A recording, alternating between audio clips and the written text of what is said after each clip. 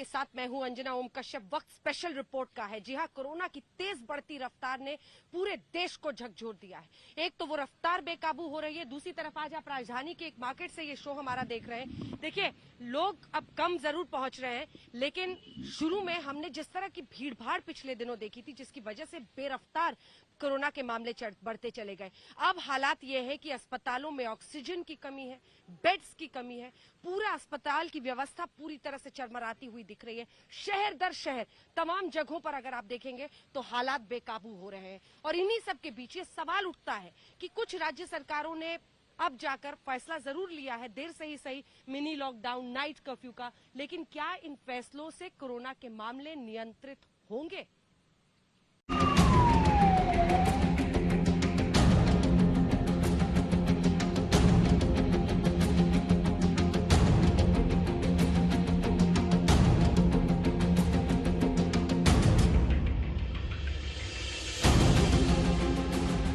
दो दिन में 2 लाख से ज्यादा केस।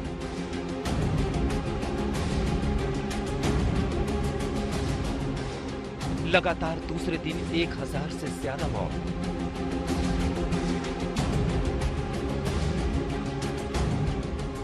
सड़कों पर दौड़ती एम्बुलेंस।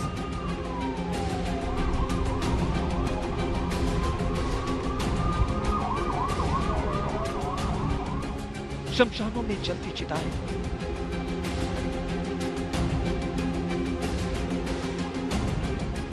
चीख से कांपते शहर। हमारे बड़े भाई परसों एक्सपायर कर गए। कहीं ऑक्सीजन खत्म हो गई,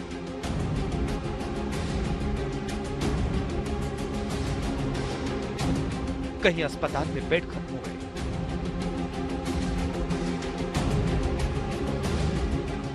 लापरवाही कितनी महंगी पड़ सकती है, उसका अंदाजा उन परिवारों से पूछो जिन्होंने अपनों को खोया है। कोरोना को हल्के में लेना कितना भारी पड़ सकता है, उसका अंदाजा उन आंकड़ों से समझिए जो रोज नए रिकॉर्ड तोड़ रहे हैं।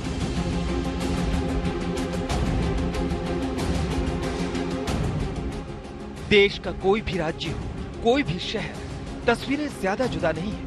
सिस्टम पूरी तरह से चरमरा गया है और कोरोना की रफ्तार कम होने का नाम नहीं ले रही है। बिगड़ते हालात के बीच आज स्वास्थ्य मंत्री डॉक्टर हर्षवर्धन ने एम्स के डॉक्टर से मुलाकात की और मौजूदा हालात को समझने की कोशिश की। I think the greatest problem at this point is manpower. It is not only the nurses, the resident doctors. In my department itself, there are nearly 18 of them who are positive doing home isolation. And we are running the whole emergency. I would like to make a small request. All posts which are lying vacant at various positions, maybe at the level of faculty or residents, at least those posts which are sanctioned can be filled at this stage so that we will have extra pair of hands. इस बीच vaccine की कमी को लेकर उठ रहे सवालों से सरकार ने इनकार कर दिया है। स्वास्थ्य मंत्री हर्षवर्धन ने एक बार फिर कहा कि देश में वैक्सीन की कोई कमी नहीं है। वैक्सीन देश ने डेवलप की है और भी वैक्सीन को लाने का प्रयास हो रहा है। 11-12 करोड़ के बीच में जो है हमारा नंबर वैक्सीनेशन का हो गया है, उसको भी और तरीके से स्पीड अप करने के लिए प्रयास हो रहा है। किसी भी प्रकार की किसी चीज़ की कोई शॉर्टेज नहीं। जो रेमडेसिविर का प्रोडक्शन करती हैं उनको अपनी प्रोडक्शन कैपेसिटीज़ को एनहेंस करने के लिए कहा गया है और उन्होंने उस दिशा में बहुत तेज़ी से काम शुरू किया है। दूसरी तरफ भारत सरकार के ड्रग कंट्रोलर के माध्यम से सारे देश के स्टेट ड्रग कंट्रोलर्स को सख्त इंस्ट्रक्शन की गई है कि रेमडेसिविर के संदर्भ में किसी भी प्रकार की कोई अगर होर्डिंग कर रहा है या कोई भी ब्लैक मार्केटिंग कर रहा है, काला बाजारी कर रहा है, पेशेंट को एक्सप्लॉइट कर रहा है, तो उसके खिलाफ जितनी भी सख्त से सख्त सजा है वो उसको देनी चाहिए। देश भर से आ रही ऑक्सीजन की समस्या को लेकर आज प्रधानमंत्री नरेंद्र मोदी ने समीक्षा बैठक की, जहां 12 सबसे अधिक केस लोड वाले प्रदेशों से आ रही ऑक्सीजन डिमांड को पूरा करने का निर्देश दिया। बैठक में प्रधानमंत्री को जानकारी दी गई कि केंद्र और राज्य नियमित संपर्क में है। ऑक्सीजन की अनुमानित मांग को पूरा किया जा रहा है।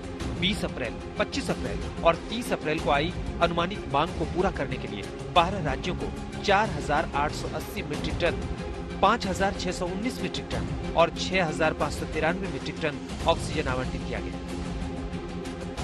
इस बीच दिल्ली का हाल बेहाल है, जहां कोरोना लगातार नए रिकॉर्ड बनाता जा रहा है।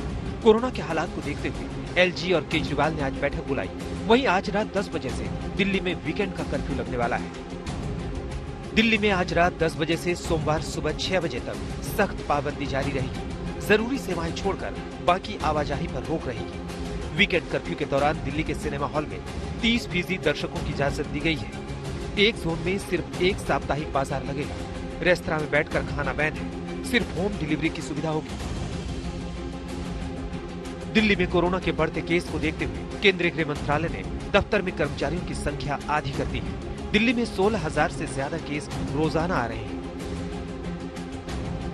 कोरोना के मामले इतनी तेजी से बढ़े हैं कि अस्पताल में बेड और ऑक्सीजन कम पड़ने लगे हैं। दिल्ली के एक बड़े अस्पताल के बाहर की तस्वीरें देखिए। स्ट्रेचर पर बीमार बुजुर्ग, महिला को खुद खींचते परिजन, रिक्शे से अस्पताल के चक्कर काटती मरीज।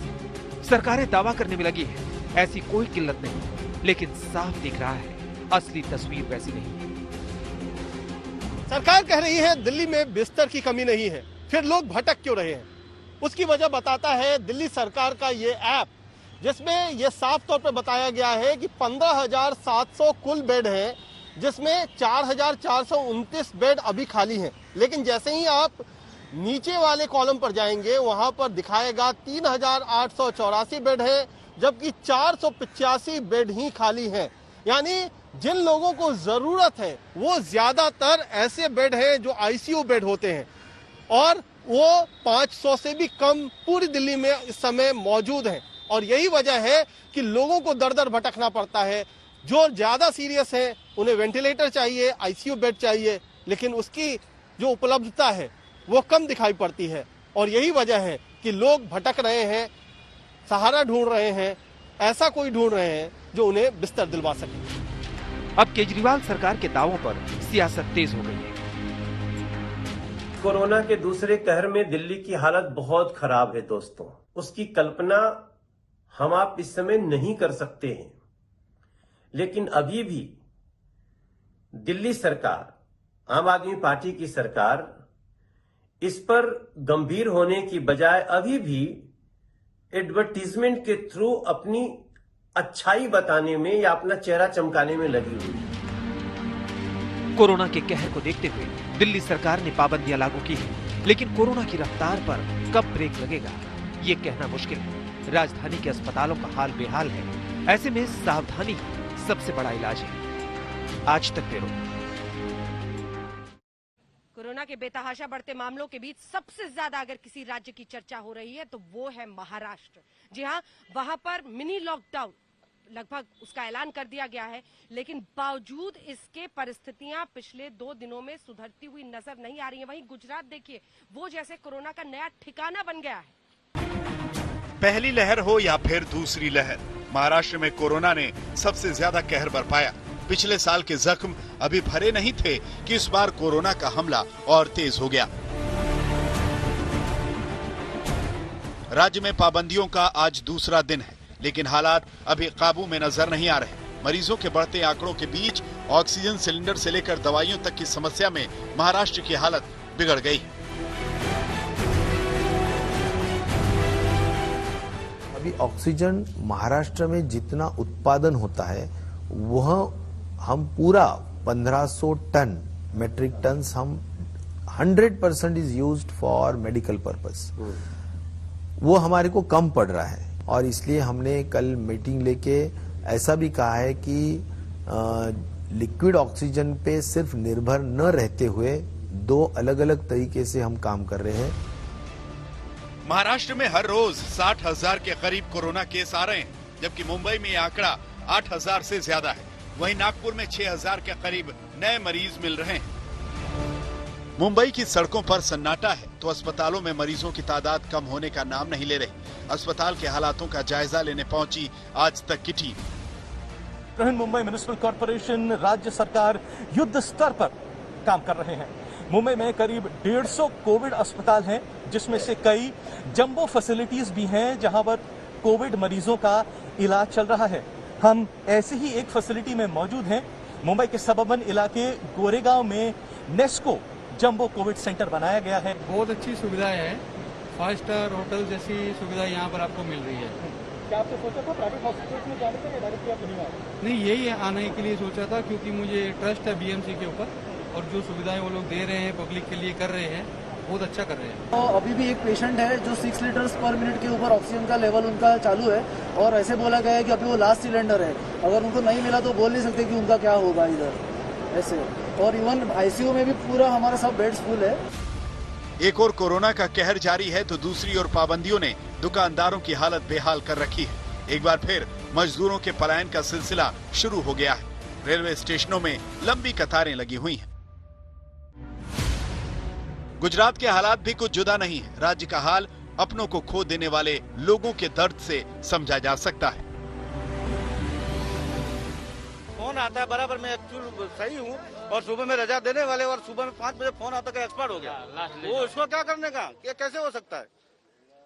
5 बजे फोन आया, बोले एक्सपायर हो गया, 8 बजे बात किया, सही है, सुबह में रजा दे देंगे। बातचीत किया, तो ऐसी कौन सी दवा काम ही नहीं कर रहा, बिल्कुल दवा नहीं कर रहे, तो क्यों हॉस्पिटल चला रहे हैं? मेरे को इससे तो अच्छा बोल दो घर पे मर जाओ, घर पे मर जाओ, ऐसा बोल दो तो कोई पेशेंट यहाँ लावे नहीं और दूसरे भी बीमार ना पड़े। मौत का मालंजा करते भाजपा सरकार। ये अहमदाबाद के सिविल अस्पताल के मोर्चरी वाला इलाका है। कतार में एम्बुलेंस लगी हुई है तो लोगों का हुजूम भी है। ये सब बारी बारी से अपने परिजनों के शवों का इंतजार कर रहे हैं।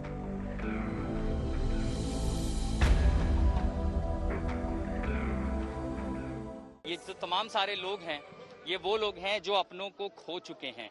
नम आंखों से अपनों के मृत शरीर, पार्थिव शरीर को लेने आए हैं, और उसके लिए जो आप लाइन देखेंगे, ये तस्वीरें हृदय विचलित करती हैं। ये अहमदाबाद का सिविल अस्पताल है, और ये जो लोगों की भीड़ है, ये अपनों का पार्थिव शरीर लेने के लिए आए हैं। यहाँ एम्बुलेंस की लंबी लाइन लगी है, वेटिंग चल रहा है। हमें बताया गया कि 17 वेटिंग तक थी सुबह। लोग 7 बजे 6 बजे से आए हुए हैं, ताकि जो अस्पताल में एडमिट थे, जिनकी मौत हो गई है, और अब कम से कम उनका पार्थिव शरीर वो ले जा सकते। राज्य में शहर के नाम बदल जाते हैं, लेकिन हालात नहीं बदलते। हमारा भाई 2 कलाक में वो लेना आया, ऊपर से घणी वागे तपास करी, घणी जगह फोन किया पर कोई जगह नहीं कि कोई जगह बेड खाली नहीं। गुजरात के बनासकांठा जिले के पालमपुर के सिविल अस्पताल में 2 घंटे से ज्यादा की जद्दोजहद जिंदगी पर भारी पड़ गई। कोरोना पॉजिटिव शख्स ने कार में ही दम तोड़ दिया। आरोप है कि बेड की कमी की वजह से बीमार शख्स को अस्पताल में इलाज नहीं मिल पाया। कोरोना की इस दूसरी लहर में गुजरात में मेडिकल सिस्टम के हालात इतने खस्ता हो चुके हैं, जिसका अंदाजा आप इसी बात से लगा सकते हैं कि जो मरीज है, मरीज को भी एडमिट होने में थोड़ा वक्त लगता है, यानी 1 से 1.5 घंटे का जो वक्त है वो लगता है। एम्बुलेंस जो है वो 3 से 4 घंटे के ऊपर जो घर है, परिवार वाले हैं, उनके पास पहुंचती है। वडोदरा में भी मरीजों की संख्या कम होने का नाम नहीं ले रही। यहाँ तो सबसे बड़े सरकारी अस्पताल में मरीजों की लंबी कतार है। कोरोना के खिलाफ इस जंग में सबसे बड़े देवदूत डॉक्टर्स बने हैं, जो इन हालातों में दिन रात अपना फर्ज निभा रहे हैं, लेकिन उनके सामने भी कई समस्याएं हैं। पिछले 6 महीनों में और आज की तारीख में कितना फर्क है? नहीं, पिछले 6 महीने में पेशेंट बहुत कम थे, अभी 1 महीने से बढ़ गए। पहले जनवरी फरवरी में पेशेंट बहुत कम थे, पॉजिटिव में जाते थे तो ट्रीटमेंट किए जाते थे हम। कभी डर भी होता है कि कई सारे लोग जिनको टीका लग गया है और वो भी एक्सपोज हो रहे हैं। कितने लोग जो कोविड हुआ था जिनको पिछले साल, उनको फिर से हो रहा है? मुझे 2 बार तो नहीं हुआ है, लेकिन जो 2 बार वैक्सीन ले चुके हैं उनको भी कोरोना पॉजिटिव हो चुका है। एक हमारे डॉक्टर है, उनको 3 बार कंटिन्यूअसली हो चुका है। 3 बार? अगर गुजरात में कोरोना केस की बात करें तो कल यहाँ 8,152 नए केस आए थे। 24 घंटे में 81 लोगों ने कोरोना से दम तोड़ दिया। गुजरात में एक्टिव केसों की संख्या 44,298 पहुंच गई। गुजरात, सूरत, राजकोट यहाँ के सबसे ज्यादा प्रभावित इलाके हैं। राज्य बदल जाते हैं, शहर बदल जाते हैं, लेकिन हालात नहीं बदलते। कोरोना की दूसरी लहर में सिस्टम चरमरा गया है। ये एक अलार्म है और सवालिया निशान भी स्वास्थ्य सेवाओं पर, अस्पतालों के इंतजामों पर और लापरवाही कर रहे इंसानों पर। महाराष्ट्र और गुजरात की आपने रिपोर्ट देखी, अब आपको जरा उत्तर प्रदेश के हालात दिखाते हैं। यहाँ पर भी हालात बहुत खराब हो रहे हैं। 27,000 मामले एक दिन में आना। लेकिन दूसरी तरफ आप लखनऊ शहर देखिए, यहाँ पर तो 6,500 केसेस आ गए हैं। अस्पतालों के हालात खराब हैं। कब्रिस्तान में कब्रें खोदी जा रही हैं, शमशान में चिताएं जलाई जा रही हैं। आंसुओं का सैलाब है, शहर जैसे इन चीखों से कांप रहा है।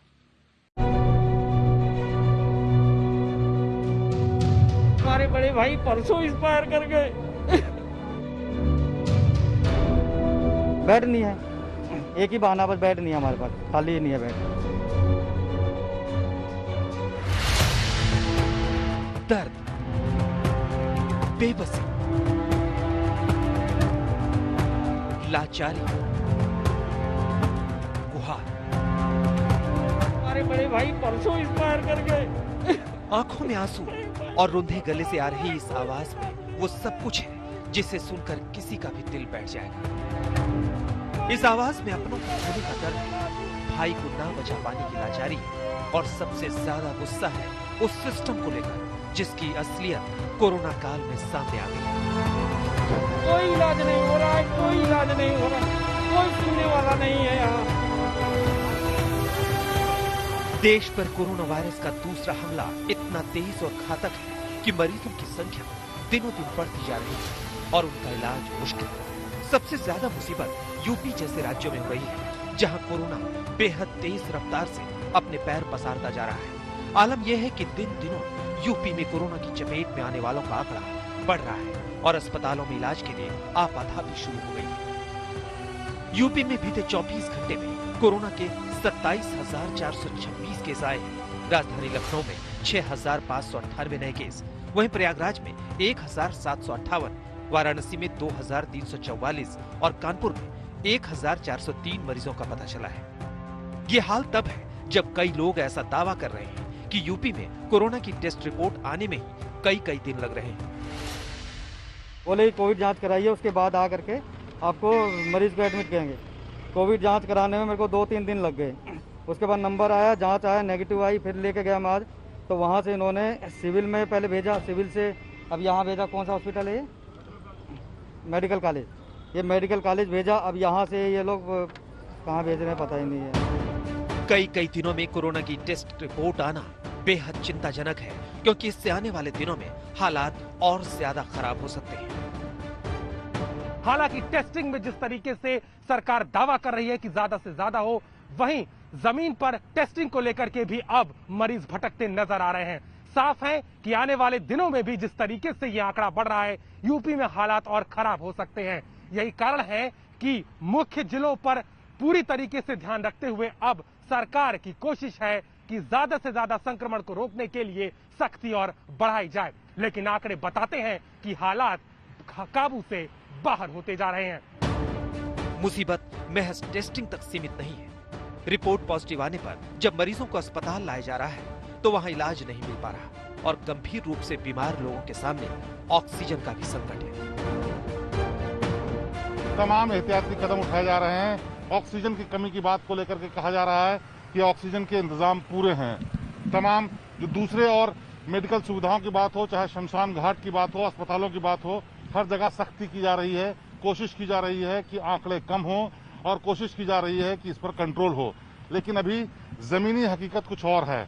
न तो सिर्फ कोरोना के संक्रमण के मामले कम हो रहे हैं और न ही सुविधाएं बेहतर हो रही हैं। नतीजा ये कि हर दिन मरने वालों की संख्या बढ़ रही है, लोगों की दिक्कतें बढ़ रही हैं। ऐसे में लगातार बढ़ते कोरोना के संक्रमण को देखते हुए यूपी सरकार ने आज बड़ा फैसला लिया है। इसके तहत रविवार को राज्य भर में पूर्ण लॉकडाउन रहेगा। इसके लिए सभी दुकानें, बाजार बंद रहेंगे। सिर्फ जरूरी सेवाओं को ही छूट दी गई है। आज कोविड कंट्रोल को लेकर बनी टीम 11 के साथ बैठक के बाद रविवार को लॉकडाउन का फैसला लिया गया। उत्तर प्रदेश के भीतर कोरोना संक्रमण से बिगड़ते हालात के बीच सरकार ने बड़ा फैसला लिया है। अब से रविवार को पूरे उत्तर प्रदेश में लॉकडाउन रहेगा, जिसको पूर्ण लॉकडाउन या साप्ताहिक बंदी नाम दिया गया है। दरअसल ये लॉकडाउन शनिवार शाम से शुरू होगा और सोमवार की सुबह तक जारी रहेगा। इस दौरान बेहद जरूरी और एसेंशियल चीजों के अलावा किसी भी काम के लिए बाहर निकलने की इजाजत नहीं होगी। सिर्फ सैनिटाइजेशन का काम बाजारों में, सार्वजनिक जगहों पर और उन जगहों पर होगा जहां इन्फेक्शन की ज्यादा आशंका है। और ये इसलिए किया जा रहा है क्योंकि जिस तरह से लगातार उत्तर प्रदेश में, खास तौर पर राजधानी लखनऊ में केसेस बढ़ रहे हैं, वो बेहद डराने वाले हैं, चौंकाने वाले हैं। लॉकडाउन के अलावा दूसरा अहम फैसला मास्क को लेकर हुआ।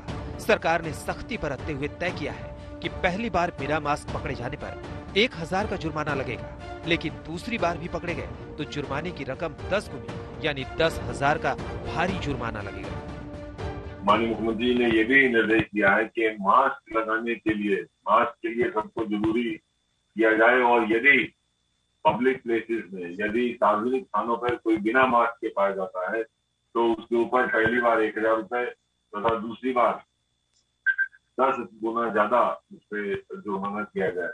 इनसे लोगों में मास्क लगाने की प्रवृत्ति बढ़ेगी। सरकार की सख्ती के बीच असलियत यही है कि कोरोना वायरस की बढ़ती मार ने यूपी के लोगों को डरा दिया है और सरकार चिंता में है। अगर आने वाले दिनों में प्रदेश में कोरोना की रफ्तार इसी तरह बेकाबू रही तो हालात और भी खराब हो सकते हैं। शिवेंद्र श्रीवास्तव और अनुपम मिश्र के साथ आज तक ब्यूरो।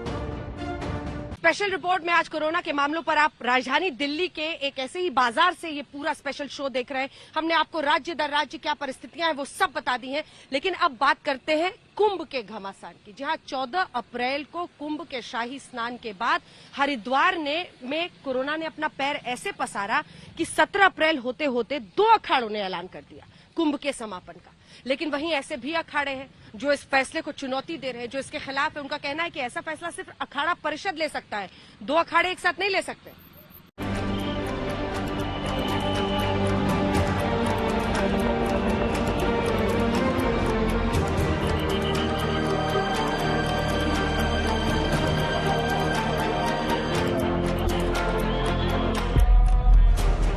चौबीस घंटे में 50 से ज्यादा संतों में कोरोना का संक्रमण।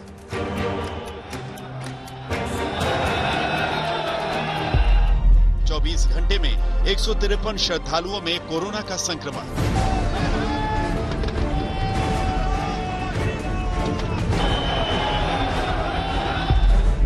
कोरोना से एक महामंडलेश्वर की मौत।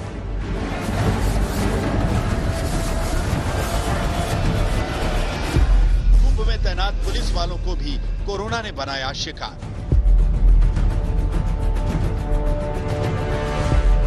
जब पूरी दुनिया में दहशत से दहलाने वाले कोरोना वायरस ने आस्था के महाकुंभ में एंट्री मारी तो हड़कंप मच गया। गंगा के किनारे इस महा आयोजन और यहाँ उमड़ रही भीड़ को लेकर सवाल तो काफी पहले से उठ रहे थे, लेकिन 14 अप्रैल को शाही स्नान के बाद जब कोरोना ने 50 से ज्यादा संतों को अपनी गिरफ्त में लिया तो सन्यासियों के एक तबके को बात समझ में आ गई कि आयोजन को यही पूर्ण विराम देना ठीक होगा।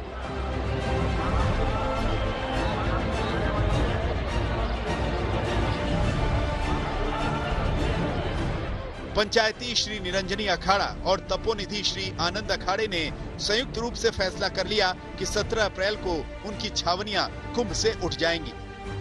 मैंने अपने जितने भी संत, हमारे अखाड़े के संत है, महंत है, भक्त है, मैंने सबसे हाथ जोड़ के निवेदन किया हुआ है कि आप तुरंत जो है हरिद्वार को खाली कीजिए, अपने अपने स्थानों की आप निकल जाइए। आपकी भी सुरक्षा इसी में, हमारी भी सुरक्षा इसी में है। इस 2021 महाकुंभ का जो काल है, उस काल की विषम परिस्थिति को देखते हुए 17 तारीख को हम अपनी छावनी को विराम देंगे। 17 के बाद कोई भी बड़ा कार्यक्रम हमारे शिविर में, हमारे अखाड़े में नहीं होगा। 2 अखाड़ों ने कुंभ खत्म करने का ऐलान तो कर दिया, लेकिन उनका यह फैसला अखाड़ों के बीच कुरुक्षेत्र की नौबत पैदा कर गया। बैरागी, दिगंबर और निर्मोही अखाड़ों की ओर से कड़ा विरोध हो रहा है। ये सारे अखाड़े 27 अप्रैल को चौथे शाही स्नान पर खड़े हैं। उनके बाद से बैरागी संप्रदाय नहीं, पूरा विश्व के कोई आदमी सहमत नहीं है। न मेला अधिकारी सहमत है, न हम सहमत है, न तीनों हनी सहमत है। ये सामूहिक मेला है, देव मेला है। इस देव मेला के इनको समाप्त करने का अधिकार नहीं है। इतना जरूर मैं कहूंगा कि अभी विश्व में कोरोना काल चल रही है, बीमारी चल रही है, उसका लोग पालन करें। लेकिन यहाँ कोरोना अगर फैलाया तो सन्यासी अखाड़ों में से ही ज्यादा कोरोना फैलाया। हमारे बैरागी साधु संतों में कहीं कोई केस नहीं आया और गंगा माई से कृपा प्रार्थना करते हैं कि केस ना आवे। लेकिन ये लोग जो गलत बयानबाजी कर रहे हैं तो ये अपने बयानों पे जो है बाज आवे। बात यहीं खत्म नहीं होती। कुंभ में कोरोना विस्फोट को लेकर भी संतों के बीच आरोप प्रत्यारोप का सिलसिला शुरू हो गया है। बैरागी अखाड़े का आरोप है कि सन्यासी अखाड़े कोरोना फैलाने का काम कर रहे हैं। जाहिर है श्रद्धा पर संग्राम और तेज होगा। जिस तरह से कोरोना के केस बढ़ते जा रहे हैं और मेला खाली जैसा हो गया है, इस समय मेले में बहुत रिक्तता है, शून्यता जैसे दिखाई दे रही है। वो प्राय सन्यासियों के यहाँ तो है ही, पर गंगा घाट पर भी और पूरे मेला क्षेत्र में भी अब श्रद्धालुओं का गहरा अभाव दिखाई दे रहा है और श्रद्धालु आ भी नहीं रहे कहीं से कोरोना के बढ़ते प्रकोप के कारण। तो अगर सन्यासी विशेषकर निरंजनी ने ऐसा विचार किया है तो ये उनका विचार कदाचित अनुचित नहीं है।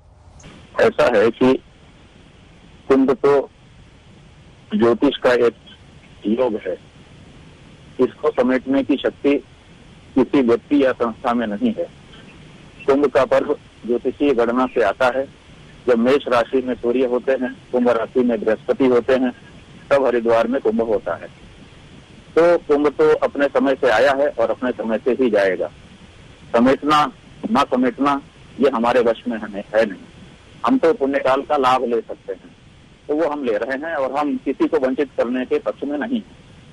जहाँ तक कोरोना की बात है, कोरोना के कारण अगर आप ये कहना चाहते हैं कि यहाँ से हट जाना चाहिए, तो हमको वो जगह बताई जाए जहाँ पर कोरोना ना हो। कुंभ पर अखाड़ों का ये संग्राम उत्तराखंड सरकार की मुसीबत बढ़ा सकता है। वैसे अभी गुरुवार को ही उत्तराखंड सरकार की ओर से फैसला किया गया था कि कुंभ अपने तय वक्त पर ही समाप्त होगा, लेकिन हरिद्वार समेत उत्तराखंड में बढ़ रहे कोरोना मामले चिंता का सबब बन रहे हैं। हर स्नान पर्व के बाद हम लोग एक कैंप चला रहे हैं। उस कैंप में जितने भी हमारे पुलिसकर्मी जो कि भीड़ के बीच में घुसकर काम किया है, उन सबका टेस्टिंग होगा और उस टेस्टिंग में अगर कोई अनलकी ऐसे पॉजिटिव आ गए तो उनके लिए हम पूरा ख्याल रखेंगे। उसमें गवर्नमेंट ने ऑलरेडी उनके लिए अलग से काफ़ी अच्छी व्यवस्था CCC के रूप में, कोविड केयर सेंटर के रूप में मेडिकल रखी हुई है और हरिद्वार में व्यवस्था भी काफ़ी अच्छी कुंभ के दृष्टिगत है। बिगड़ते हालातों पर लगातार सवाल उठ रहे हैं। साथ ही सवाल सूबे के मुख्यमंत्री के उस बयान पर भी है जिसमें उन्होंने कहा था कि मां गंगा का आशीर्वाद लेंगे तो कोरोना नहीं होगा। यहाँ ओपन है और गंगा के पास है, मां गंगा का अपना धारा का पूरी तरह बहाव, आशीर्वाद ये सब लेके जाएंगे, तो उससे तुलना नहीं करनी चाहिए। ये बल्कि होना ही नहीं चाहिए उससे तुलना कर, तो विषय उठता है ना। अब मुख्यमंत्री के बयान पर सन्यासियों के फैसले ने ही सबसे बड़ा सवाल खड़ा किया। अगर वाकई गंगा में डुबकी लगाने से कोरोना का खौफ नहीं हो तो फिर वक्त से पहले कुंभ समाप्ति का ऐलान क्यों? पेच आस्था और हकीकत के बीच फंसा है। आस्था अपनी जगह है, लेकिन हकीकत ये है कि कोरोना को ना तो साधु संतों और सन्यासियों की पहचान है, ना ही गंगा जल की। हरिद्वार से दिलीप सिंह राठौड़ के साथ संजय शर्मा, आज तक। हरिद्वार में कोरोना के बढ़ते मामलों ने उन सवालों को और भी बल दे दिया है, क्योंकि कुंभ के आयोजन पर तो पहले से ही सवाल खड़े हो रहे थे कि क्या कोरोना के इस वक्त पर इतनी बड़ी भीड़, इतनी बड़ी तादाद में लोगों का इकट्ठा होना सही रहेगा। लेकिन हरिद्वार में जब से ये कोरोना विस्फोट हुआ है उसको लेकर कई सवाल खड़े हो रहे हैं। आपको बताते हैं पिछले 24 घंटे में 50 से ज्यादा साधुओं को ये हो गया है और इसीलिए आज ये सवाल कि क्या कुंभ का आयोजन और इस तरह से कोरोना के फैसले को फैलते हुए रफ्तार को यहाँ पर रोकने के लिए सख्त कदम उठाने की जरूरत नहीं है।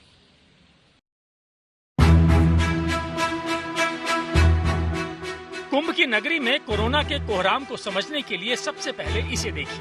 11 अप्रैल को हरिद्वार में कोरोना के 386 मामले सामने आए, वहीं 12 अप्रैल को 408 केस सामने आए, 13 अप्रैल को 594 मामले सामने आए, 14 अप्रैल को 525 मामले सामने आए और वहीं 15 अप्रैल को यह आंकड़ा 613 पर पहुंच गया। हरिद्वार में कोरोना के मामले तेजी से बढ़ रहे हैं। पिछले 5 दिनों में जानलेवा वायरस ने 1700 लोगों को संक्रमित किया है। इसमें कहीं न कहीं कुंभ के लिए उमड़ी भीड़ का भी योगदान है। आप हरिद्वार में हर की पौड़ी पर नजरें घुमाइए। यहाँ पहुंच रहे श्रद्धालुओं में आपको लापरवाही की लहर नजर आएगी। कुंभ में कोरोना का कोहराम ऐसा कि साधु संत लगातार बीमार हो रहे हैं। 5 अप्रैल से लेकर 14 अप्रैल तक 68 साधुओं को कोरोना ने अपना निशाना बनाया। पिछले 24 घंटों में 50 साधुओं में कोरोना संक्रमण की पुष्टि हुई। निर्वाणी अखाड़े के महामंडलेश्वर की कोरोना से मौत हो गई। कोरोना के संक्रमण से 65 साल के महामंडलेश्वर कपिल देवदास को अपनी जान गंवानी पड़ी। कपिल देवदास 65 साल के थे और लोग उन्हें खरगोश वाले बाबा के नाम से जानते थे।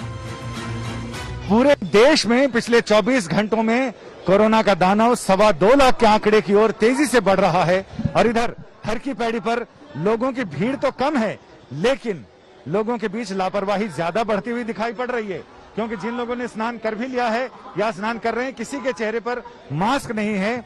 और जो लोग वहां अस्थि विसर्जन में लगे हैं, वो जिस काम से आए हैं वैसा ही एक और न्योता लेके जाना चाहते हैं क्या?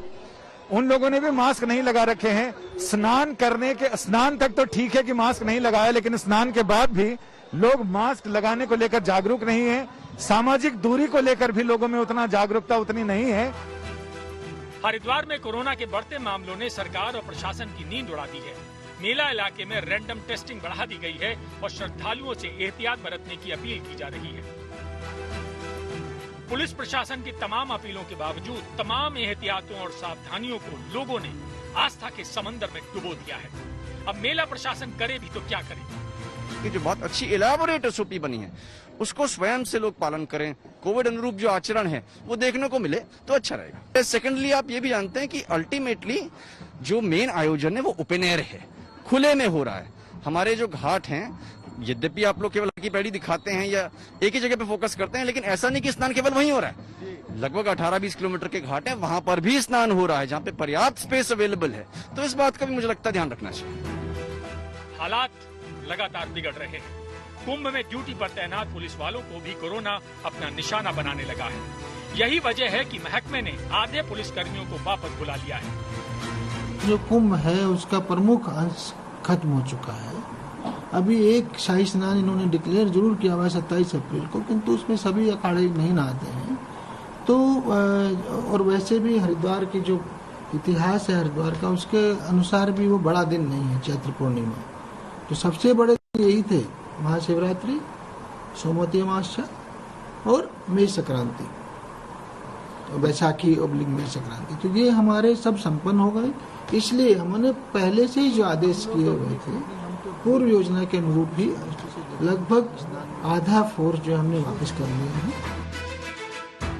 उत्तराखंड में कोरोना के हालात और उसमें कुंभ के योगदान को समझने के लिए हरिद्वार के साथ साथ पूरे सूबे के आंकड़ों पर भी नजर डालना जरूरी है। 14 फरवरी से 28 फरवरी तक उत्तराखंड में महज 172 लोग संक्रमित पाए गए थे, जबकि 1 से 15 अप्रैल के बीच 15,333 लोग कोरोना की चपेट में आ गए। 14 फरवरी से 14 अप्रैल के बीच का ग्रोथ रेट निकालें तो ये 8,814% आता है। हरिद्वार के साथ साथ उत्तराखंड के दूसरे जिलों में भी कोरोना के आंकड़े बेहद डराने वाले हैं। लेकिन ये हैरानी की बात है कि कुंभ पर फुल स्टॉप को लेकर साधु संतों में अब भी एक राय नहीं बन रही। देहरादून से दिलीप राठौर के साथ मुदित अग्रवाल और संजय शर्मा, हरिद्वार आज तक। कोरोना के बढ़ते मामलों के बीच हमेशा ही मरकज, निजामुद्दीन मरकज को याद किया जाएगा, क्योंकि एक वक्त पर वहां पर कई लोगों के रहने की वजह से जो कोरोना के मामले बढ़ने की आशंका थी, उसको लेकर पिछले 1 साल से ये मरकज बंद था। लेकिन अब दिल्ली हाईकोर्ट के एक फैसले की वजह से 50 लोगों को 5 वक्त का नमाज पढ़ने की यहां पर इजाजत मिल गई है।